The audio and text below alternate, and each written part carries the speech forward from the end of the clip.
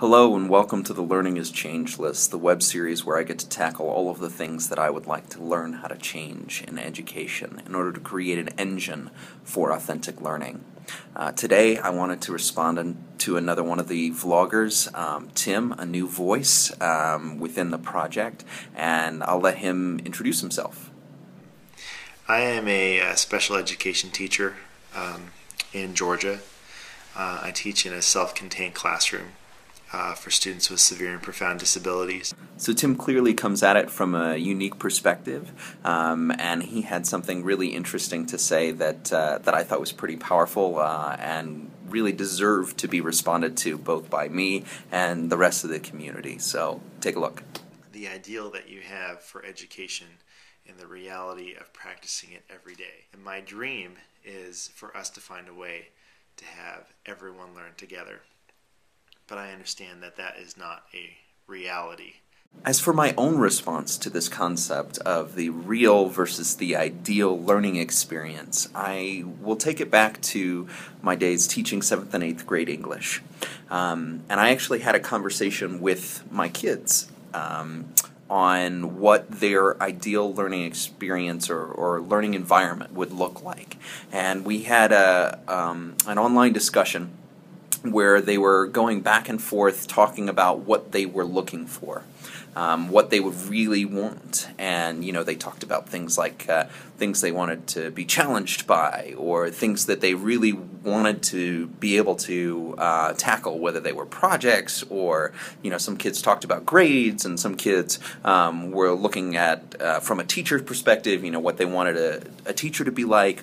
And the thing that I kind of realized from even their perspective was that the real and ideal are not opposites, and we're never so far away from the ideal that we can't see it, or that we can't actually sort of wander into it by accident. There were a lot of times in the course of having that conversation that kids came up and said, or you know, within the discussion, that this was it. You know, this kind of conversation, not clearly about, you know, ideal learning environments, but this kind of conversation, the back and forth and the discussion and sort of the rigor of that discussion where they had to, you know, support their ideas and things like that, that was it.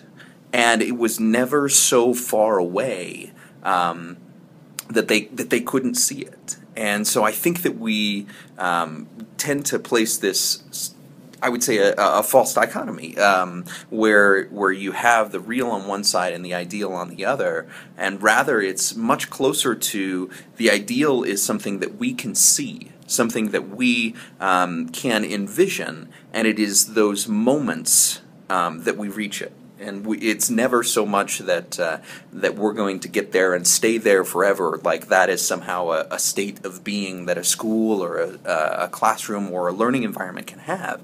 It's much more, how do we create more of those ideal moments? How do we create more ideal learning experiences? Because we're never going to be there all the time, and we are stuck in reality. Reality is what we deal with every day, but it is creating more of those moments of inclusion, more of those moments of time and space where the kids are actually working on something they enjoy, or the learners are engaged in a real problem. How do we make more of those moments happen? To me, that's where the ideal is going to be. It's not going to be in, hey, let's start a new school from scratch, let's get only the most amazing, passionate teachers. You know, all of those things would be great, but what we get to do instead is make more of the ideal moments happen for us, for our own environments, for our own learners.